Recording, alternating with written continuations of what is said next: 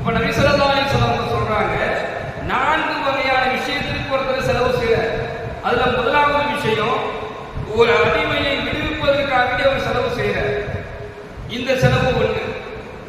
இரண்டாவது, ஒரு ஏழைக்கு உணவு வாங்கி கொடுப்பதற்காண்டி செலவு செய்யறார். அல்லது ஒரு ஏழைக்கு ஆடைகள் துணி வாங்கி கொடுப்பதற்காண்டி செலவு செய்யறார். இதற்காக வேண்டி செய்யக்கூடிய செலவு 2.